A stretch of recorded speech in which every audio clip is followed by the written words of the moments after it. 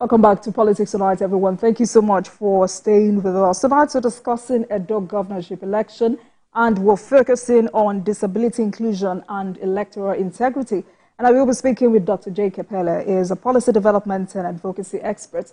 Dr. Pele, good evening to you. Thank you so much for coming on Politics Tonight. Thank you. Good evening, and thank you for having me, beautiful Jumoke. Right, so Edo State governorship election is just 8 days away, and you've made it a duty to educate persons with disabilities on their right to vote and be voted for in upcoming elections. But first, let's take a look at the Independent National Electoral Commission framework on access for persons with disabilities, which I believe is a product of collective effort. Is it really inclusive? Yes, you are absolutely right. It is a product of a collective effort of the community of persons with disability in partnership with a number of international development partners, but INEC was particularly at the forefront of formulating that framework. There is a disability inclusion framework by INEC, which very many persons with disability organization and the disability community, through their cluster heads, worked together to put in place. And that framework is holistic. It is absolutely inclusive and capable of delivering the dividend of an inclusive electoral process in Nigeria. The implementation is rather somehow slow, but we have the framework. It's just the availability of all the resources, human and material resources, to drive inclusion conclusively, especially the nightmare of not having accurate data of eligible voters with disability. That is a major problem, but it's not a problem that we are not able to solve. So we're working assiduously through various projects, especially in my organization that we have rolled out. One of them is the Able to Vote campaign, which is very effective and had produced results. I mean, when before we launched Able to Vote campaign, there were less than 10 persons with disability who have contested election. Today, they're nearing 100 persons who have contested election. Now, the question is how many of them won? Just few, but definitely better than where we're coming from. And so the framework is working. I'm doing their best to drive inclusivity. I think the chairman of INEC, have my complete endorsement, because he has shown truly that he's interested in inclusivity. As you know, as you like to know, INEC has a whole division that is focused on inclusivity, whether it's the inclusion of women, youth, and especially persons with disability. And they are working and doing everything to ensure that we have an inclusive election. But of course, there is no doubt there are challenges, but I see them beating the odds around these challenges. And say in another 5 years, I think we will have a holistic, inclusive electoral process. So, Dr. Pele, I want you to expatiate on this campaign, Able to Vote campaign, and how well it has spread to rural communities across the country. Thank you, Jumoke. Able to Vote campaign, which is an initiative of the South Africa, which is the organization that I founded, I'm still leading for now. It's designed to deliver inclusive election through various multifaceted approach. One of them, and the most important, is voter education. Using the platform to educate the community of persons with disability on their right to vote and to be voted for. The other one is institutional framework. I am a policy expert, and whatever I do, I try to, formulate a policy around it so that it doesn't become a noise that made news and then eventually quietened. So policy is our direction. Institutional framework is our forte. It's part of the able to vote campaign. Now, able to vote campaign is taken to the remotest part of the country. We are in local governments. We are in community. We are partnering with traditional rulers, religious leaders, to ensure that we cascade down the framework of able to vote. And like I said, it's an advocacy campaign that pays a lot of attention on voter education. It is a policy framework that looks at every aspect of the electoral process and capture them and put them in a policy framework. And those policies are being implemented. We have the disability inclusion in the electoral process, which INEC is championing, and we are supporting INEC to midwife that document. We were, through the Able to Vote campaign, we launched and brought together a community of persons with disability. It's not South Africa alone. We brought together community of persons with disability, and we did a joint presentation at the House of Rep and Senate during the revision of the Electoral Act 2022. And we were able to repeat the draconian clause in the 2010 Electoral Act, Section 56, subsection 1 and 2. We replaced it, we repealed it and replaced it with Section 56, subsection 1 and 2 of the 2022 Electoral Act. And we are not resting on our oars. We are still interrogating the 2022 Electoral Act. And of course, there is a clause that is so annoying, and I don't know how it found its way. Well, what clause is that? Section 54, subsection 1, which by the right-hand side of it, you will see we were described as incapacitated people. All right. That is not acceptable. I don't know. Dr. Ebele, we'll come back to those laws and the kinds of amendments some Nigerians have been asking for. Are you on the side of those who have talked about alternative voting techniques for persons living with disabilities? I mean, yes, research on the electoral rights and practices of voters with disabilities does exist, and it's been widely documented that people with disabilities are much less likely to vote than other citizens, and that introducing alternative voting techniques makes a crucial difference in that regard. Are we there yet?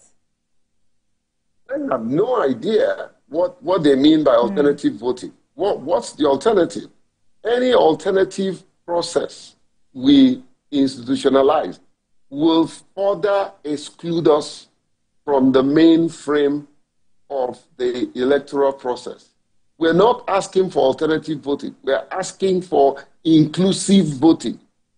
Inclusive voting can only happen when we create the access that we need when we institutionalize and implement priority voting, when we allow sign language interpreters to help our brothers and sisters who are deaf, when we allow aides that we can trust to lead the blind to go and cast their vote by themselves, when we produce, first I introduced, and I'm privileged and humble and honored to have introduced the magnifying glasses in the electoral process in the country.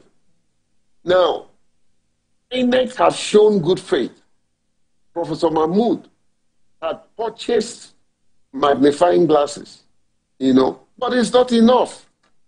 And so we are taking time to think out of the box and say, okay, if we cannot afford magnifying glasses, let us ensure that the ballot papers, when we are printing them, we print number of them with large print so that persons with disability can see where they are going to vote.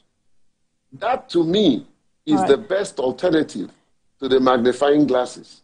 We can afford that. It's the same printing. It's not going to cost anything extra. It's just to make sure that a number of them are printed for persons with albinism. If you take a number, go ahead. Right, Dr. Pele, I know that you cannot do this alone. We've seen the effort Staff Africa is pushing for the rights of persons living with disabilities. But in what ways would you say civil society organizations, perhaps through strategic litigation and in their interaction with public administrators, have brought about some change?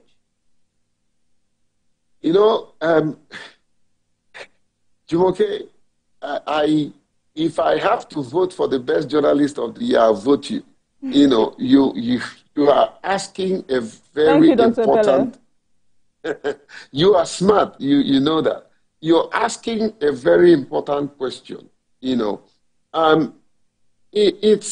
It's not rocket science if we want to do the needful.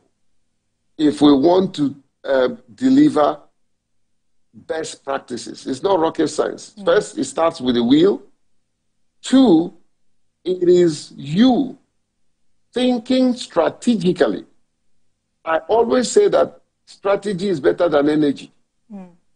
Thinking strategically out of the box to do the needful in the process. Sometimes the problem is not even not wanting to do it. The problem is that they sometimes lack the will to implement the very thing that they have agreed that they will do. Just to make sure that I'm on the line, answer your question appropriately.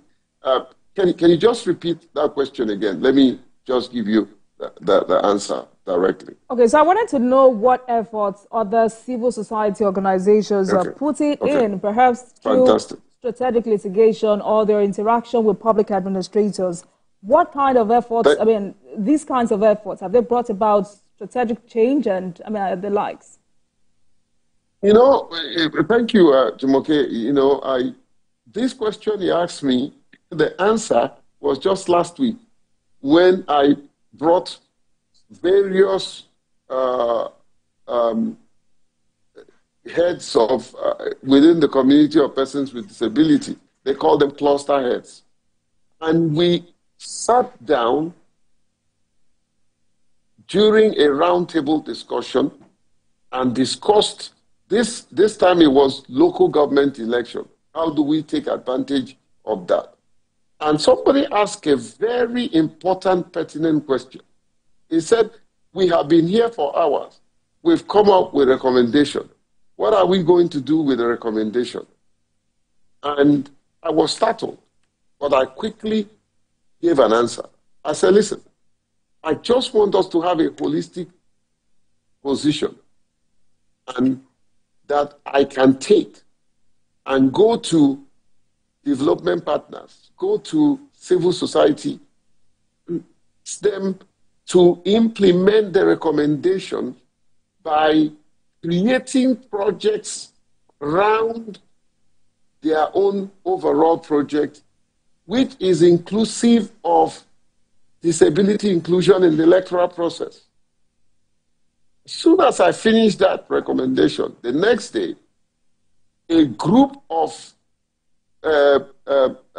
civil society who has been focused on election, I don't want to mention name, approached us and said, we have a much more wider national roundtable. Can you come and present that recommendation? In that forum, I am able to speak to those who are designing their project. This is at the end of the year. By the time you get into next year, they will roll out their project. I'm able to influence them to add disability inclusion in the electoral process as a component of their project. Therefore, we are not just as persons with disability, pushing for disability inclusion, but we have created the pathway for others without disability to join voices with ours and push inclusion. I can tell you the same thing. I'm a he for she. I always tell women, if you want your campaign of equity, I'm not a very good champion of equality. Equity. If you want that campaign to succeed, don't do it alone. Invite the men and make them voices and push them forward. When they speak on your behalf, it carries weight. And I'm not saying that the beautiful creation called women, that what you say don't carry weight. I'm just saying add other voices. All right, Dr. Pele, the voices you have. In that regard, let's focus on the North. I mean, from your findings, from your observatory findings, are there peculiarities regarding the plight of people with disabilities in northern Nigeria and other parts of the world, but particularly northern Nigeria? What impact do you think the insecurity ravaging the North and the recent flood disasters in Borno and Yobe states have on persons living with disabilities? A lot, because any state of insecurity, the first victim are the most vulnerable. Every time there is anarchy, a state of insecurity, the first victim are the most vulnerable. Remember, take for instance my community, Jumoke, we're like family. Babajide is a good friend of mine. Do you know how many times I've seen you? I came to your studio, I see you, I didn't recognize you. So you can imagine where you have a person with disability, with all shades of disability, whether it's sitting on a wheelchair, or is blind, or is deaf, or has albinism, or Down syndrome, leprosy. Every one of us have been one way or the other demobilized. That if there is crisis, if there is any crisis in this room where I am, I'm the first victim, because one, you don't even know where to run to. If there is an evacuation and a security personnel who don't have time sometimes to talk is asking you with a wave of hand to move this direction, I won't see the person. Okay, I'll tell you a story that I will never forget. Something that happened, to me in secondary school. We were in assembly outside, and my principal had, with a wave of hand, told everybody to move this direction.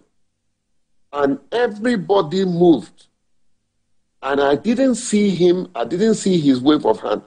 I was the only person standing there.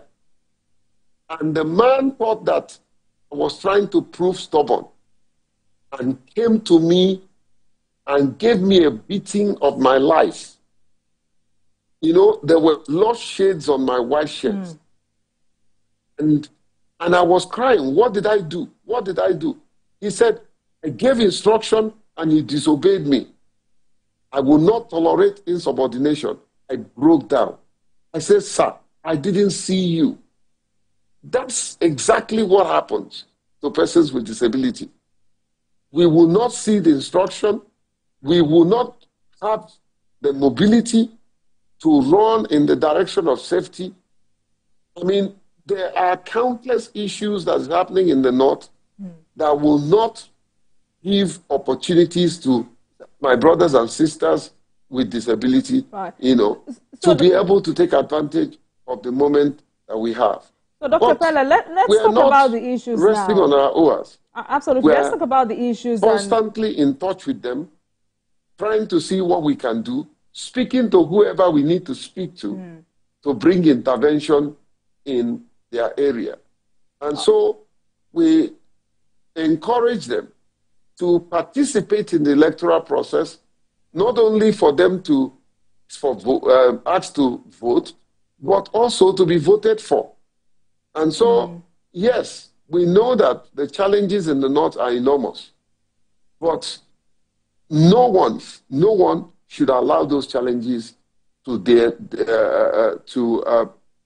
make you not be part of the process. So those challenges are not only in the North, they're also in the South. Absolutely. But we'll keep making effort to ensure that we participate not only in politics, but in the electoral process. I've always, wherever and however and whenever I have the time, stay pointedly that I imagine one day in this country that a person with disability will become a president of this country. It is possible that they can become vice president. It is possible that they can become Senate presidents. It is possible. Speaker of the House, members of the House, senators, governors, speakers. We have one who is a speaker in Adamawa. The Adamawa House of Assembly, the speaker is an amputee. So your dream will die if you stop dreaming. I am not going to stop dreaming. I will keep doing what I'm doing, and thank God for station like yours, an individual like yours and your bosses who constantly give us opportunity like this to advocate for what we believe in. All right, Dr. Pella, thank you so much. We will keep doing it till the last drop of my blood. Right. I will fight for inclusion. Right, Dr. Pella, at this point, let's take a break. And when we return, we'll take another frantic look at disability laws and protection of the rights of persons living with disabilities. Stay with us, everyone. Welcome back, everyone. The conversation continues with Dr. J.K. Pella, policy development and advocacy expert, as we focus on a Edo governorship election, with particular focus on disability inclusion and electoral integrity. Dr. Pella, thanks so much for staying with us on the program. I want us to take a look at laws protecting rights of persons living with disabilities.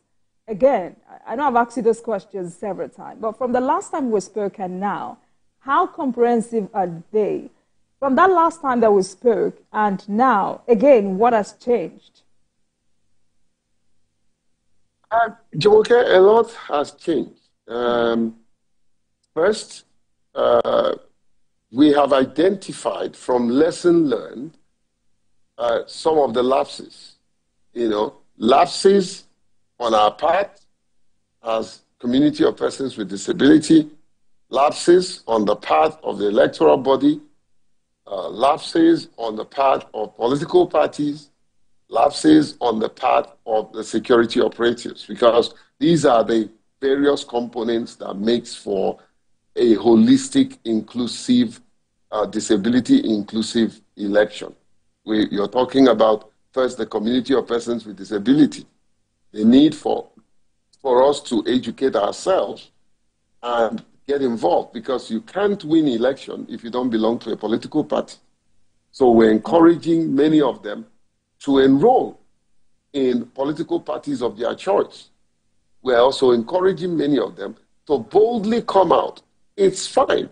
I understand that somebody like Abraham Lincoln failed many times before he won the presidency of America, And so don't be afraid of failure. What's the response like, Dr. Pele? Oh, we're getting result. We are getting result. And one of the strategies that I have been pushing within the community is to push them to go and contest at local government level. That is where there is less competition. Although now the reverse is the case. But however, if you are well known in your community and you stand election, you are likely to win because you're known. The resources you need to participate at the local government level is not as enormous as the resources you need to participate at the state level, subnational or national, So start from small and grow great, because whatever failed to start small to grow great will eventually grow small. So that's my strategy, to push as many as possible to contest at the local government level, become councillors, grow your leadership skills, become councillors, become chairman of a local government, and serve your people. If you serve your people well, they will be the one that will pick you and say, go and represent us at the subnational. Go and represent us at the national, So a lot have changed. A lot more people have gotten involved in the local government election, and some of them at the subnational, and some of them are also trying at the national, A lot have changed with the framework. INEC has shown more seriousness, All their training now, I can tell you, are inclusive. There is either they are inviting me or they're inviting others to be part of their training so that we can bring practical hands-on experience in inclusive electoral practices and methodology. A lot has changed in appointment of persons with disability. Although I had expected the president to appoint one of us as minister, but at least he has senior special assistant, who is a person with disability. Virtually all the governors are appointing special assistants on disability, Ministers, some ministers have special assistants that focuses on issues around disability. Today we have a more robust and inclusive media.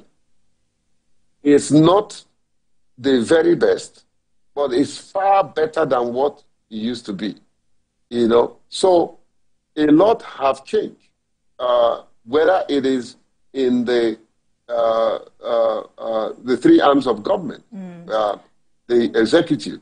Dr. Pele, I also want to agree with you that a lot has changed, because it was just in January, Kebbi State Governor Nasir Idris assented an executive bill for the establishment of the Kebbi State Commission for persons living with disability. And according to the governor, the commission is to protect the rights and privileges of people living with disability and to give them a sense of belonging like other persons in the society. Are you in partnership with Kebbi State and other states alike in actualizing these frameworks? It's interesting how you ask questions prophetically. Kebbi State, I see myself as part of Kebbi State. Many people in Kebbi State are my friend, including the former governor who invited me. He invited me to Kebbi State to establish a branch of then Albino Foundation. And we came, established the branch, and throughout his tenure, every year, the wife will join them. Dr. Zainab, my good friend, will join them and celebrate with them every year. Every year, she gives them money. She ensures that they have whatever they need to celebrate, whether it's Albinism Day or Disability Day.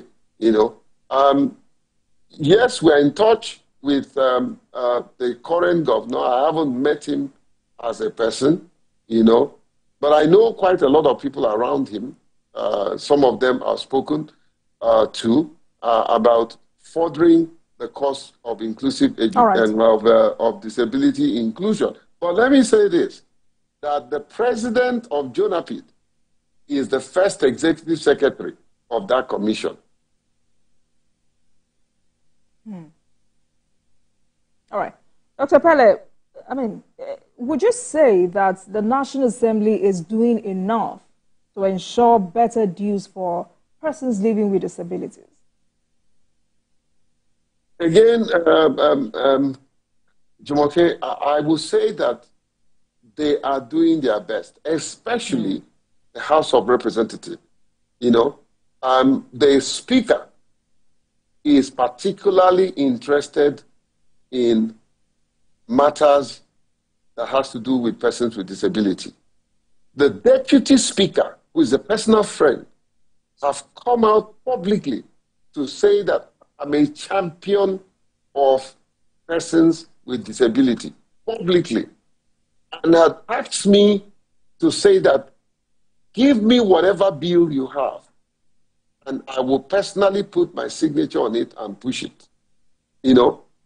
There's virtually anything that I invite them that they don't either send a representative or show up, So the same thing with the Senate. I think Akpabio had just created, the Senate President, His Excellency Godswill Akpabio, had just created a committee on disability. I've tried to reach him, even through his brothers, to ensure that we push that committee. That's good to hear, Dr. And Pele. I know how busy they are. All right. That's so good to hear. But what other international conventions on persons with disabilities do you think Nigeria needs to domesticate? I think we've done quite well. There is a domestication process that is going on with the AU Protocol on Disability. There is a full domestication of the CRP, the Convention of Rights of Persons with Disability, which is a United Nations instrument. Incidentally, a Nigerian represents Nigeria and most African nation, an African nation, in the Committee of Persons with Disability in the CRPD committee. Ambassador Chris Wanaro, he just recently won the election. It was before late Dan Lamy and Ambassador Chris recently won the election, And so in terms of what is happening at the global level, let me also say that I'm particularly in touch with the U.S. State Department through President Biden, advisor on global disability rights. I was invited to the State Department. I went and had a meeting at the fifth floor of the State Department in her office, So we are doing everything possible to not only be part of the various international instruments, but also various international interventions. All right, Dr. Pele. So, I mean, you asked the question because, the last time I had a conversation with Honorable Bashir Dawodu, who is the Chairman House Committee on Persons Living with Disabilities, is of the opinion that a Disability Act in Nigeria is inadequate. It says it does not clearly and specifically address the children with disabilities. I'm trying to quote him correctly. It says it does not address gender issues, protection of children with disabilities, and violence against persons with disabilities. And according to him, there is a need for amendments. So from your angle, how much pressure is South Africa and other organizations alike putting on the National Assembly? Well, throughout Wednesday, I was with Honorable Dr. Bashiru. We paid a courtesy visit to the Canadian High Commissioner and went over to Legal Aid Council because I'm trying to launch a project on pro bono services for persons with disability across the country. And so we support Honorable Dr. Bashiru, who is a very passionate medical doctor, bringing his profound experience in the United States of America as a practicing doctor and a successful politician. He's never seen anybody that is as passionate as Honorable Daudu. Take him, if you consider his antecedents, what the likes of his father had done in Lagos State, you know. And by the way, Jumoke, I would like you to please host him again because he has a lot of information. However, we are supporting him even in the constitutional amendment with memorandum. We are supporting him with the Electoral Act amendment. We are also supporting him with the Disability Act amendments. And my strategy is not to just present a document of that nature by just my organization. My strategy is to bring the community together so that we don't work in silos. We don't work at cross purposes, but we present one document with one voice, with one agenda, with one purpose. Okay. That way they will take us serious. And that's the magic. That's the miracle that worked with the passing of the inclusion of the clauses of Electoral Act 2022, subsection section 54, subsection 1 and 2. You know, when there's a saying that team is together, everyone achieve more. I have seen it in my work. My work is always people focused. My work is always bringing people together. It's not about me or anyone because none of us are greater and bigger than the community. So I like to work collaboratively to achieve a purpose and a goal. And that's my focus. You know, I'm a team player every at any point in time. That is why, Jumoke, I will say this on the national television. I had all the opportunities to advocate and be appointed for one thing or the other. But I refused. I rejected those positions because the way I was brought up, I cannot morally defend the fact that I'm pushing for an opportunity for the community and I'm the one being at the forefront to take that opportunity from them. That's not the way I was brought up. That's not the principles that my father taught me. All right, Dr. Pele, we've had great conversation tonight. But before I let you go, what reforms do you think Nigeria needs as a country to ensure better welfare for PWDs? I think we need to take a deep dive and look at a holistic, strategic, well-consolidated approach to solving inclusivity. Beginning with my dear president, let me use this opportunity to appeal to President Bola Ahmed. Make it a point of duty that every time you're presenting anything, address, a paper, just one word, disability inclusion. Let your speech writers include it in your speeches, whatever you do. Because I know your heart, truly and really, you're compassionate. you want to do things for persons with disability, but your voice carries weight. If you add voice to the voices of many of us, it will resonate.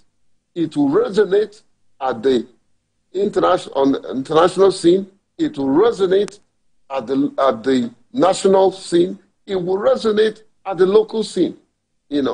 So for me, I would continue to push for influential people like the president, like successful politicians, to join this clarion call for disability inclusion.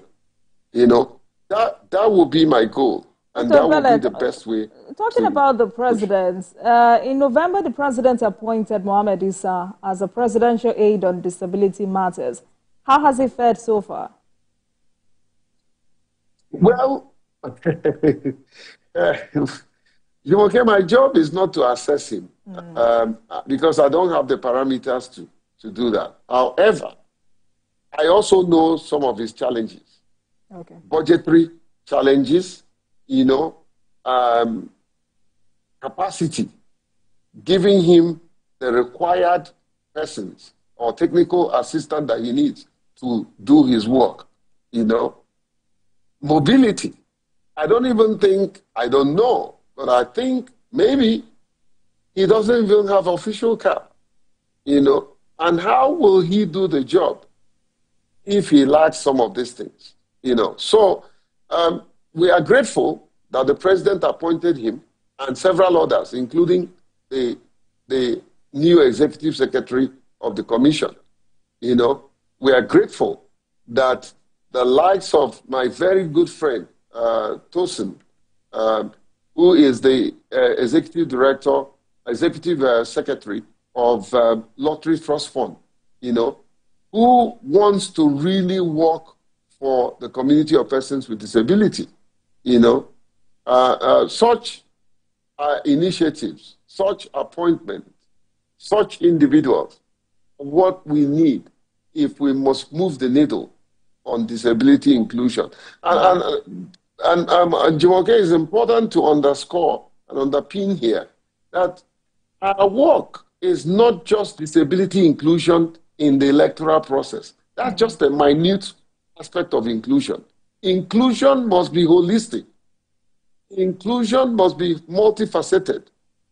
Inclusion must be multidimensional for us to get the result we are looking. So whether you're talking about spiritual, there is a need for inclusion in the spiritual realm. There's a need for inclusion in the political. There's a need for inclusion in the social. There's a need for inclusion even in relational space. So it's a holistic, multifaceted approach that we are undertaking in order to drive inclusion. Let me give you a very heartwarming, what looks like breaking news. The new head of service of the Federal Civil Service is very passionate about inclusion. As a matter of fact, she will turn out to be the first head of service that will establish a unit led by an assistant director for inclusion. And I'm just happy that we have individuals like that. Barrister Esther Wilson-Jack, the new head of service, is very passionate about the welfare of not only civil servants, but persons with disability. All right, Dr. Pele, great conversation tonight, and I sincerely hope that with everything that's been said tonight, we get better as a country as time goes on. Thank you so much for joining us this evening. Dr. Jacob Pele is a policy development and advocacy expert. Thank you so much for your time with us on Politics Tonight, and have a great weekend. Thank you, Jumoke. You're just a beautiful, smart woman, and give my love to Dr. Jide, my good friend. Thank you so much. Thank you. That's it, everyone. Thank you so much for watching. That marks the end of today's episode of Politics Tonight. But you can watch the repeat broadcast of this episode at midnight. Get in touch with us on our social media handles